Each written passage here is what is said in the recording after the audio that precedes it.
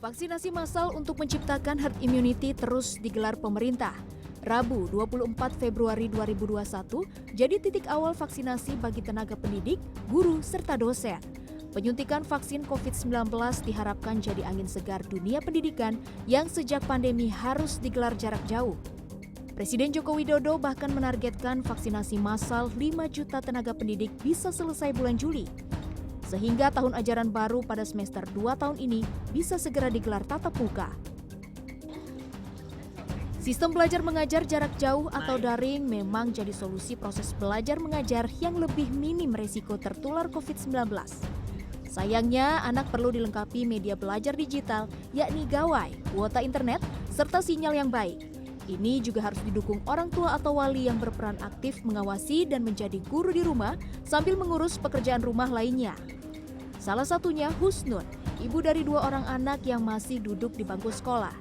Meski menyambut baik rencana pemerintah untuk melakukan sistem pembelajaran tatap muka di sekolah, ia mengaku was-was bila buah hatinya harus berada di luar rumah.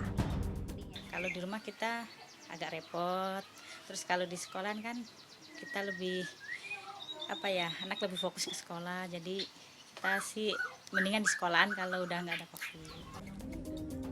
Sistem pembelajaran tatap muka direncanakan akan mulai berlaku mulai Juli mendatang. Seluruh sekolah dihimbau untuk bersiap, terutama pada penyesuaian belajar di sekolah di tengah situasi pandemi. SMA Negeri 8 Jakarta misalnya, selain menyiagakan fasilitas penunjang protokol kesehatan di sekolah seperti tempat cuci tangan, pengukur suhu tubuh, klinik kesehatan, dan membatasi jumlah bangku yang boleh digunakan para siswa dengan marka jaga jarak, pihak sekolah juga sebut akan sosialisasi sekolah tatap muka dengan para orang tua, peserta didik, dan juga pengajar yakni guru.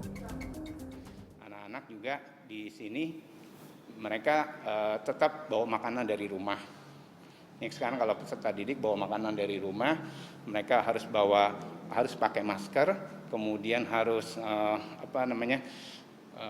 mereka harus bawa hand sanitizer sendiri. Rencananya siswa belajar di rumah dengan yang di sekolah akan bergantian setiap harinya. Kegiatan belajar mengajar pun hanya dilakukan hingga pukul 12 siang agar anak tak terlalu lama berada di sekolah. Sementara bila berlangsung ujian, mekanisme sistem berubah, yakni pembagian shift ujian pagi dan siang untuk menghindari kerumunan.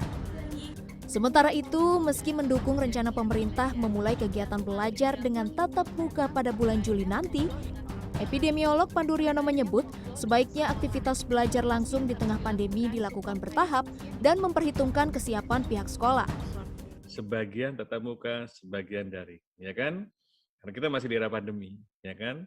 Dan kedua, ini perlu namanya rapat atau konsensus bersama komunitas sekolah. Nah, komunitas sekolah itu apa saja? Ada guru, ada orang tua, ada murid. Nah. Pandu menambahkan proses belajar di tengah pandemi harus fleksibel memperhatikan kesiapan sekolah dan kesediaan orang tua murid. Pemerintah tetap harus cermat mengatur skema yang akan diterapkan sebelum memulai sistem belajar dengan tatap muka untuk mencegah terjadinya penambahan angka kasus COVID-19. Lebih lanjut, Pandu berharap aktivitas belajar langsung tidak digelar serentak. Ia menilai perlu dilakukan percontohan terlebih dahulu untuk mengukur kesiapan sekolah dan murid sehingga pengawasan yang dilakukan bisa lebih efektif. Tim Liputan CNN Indonesia.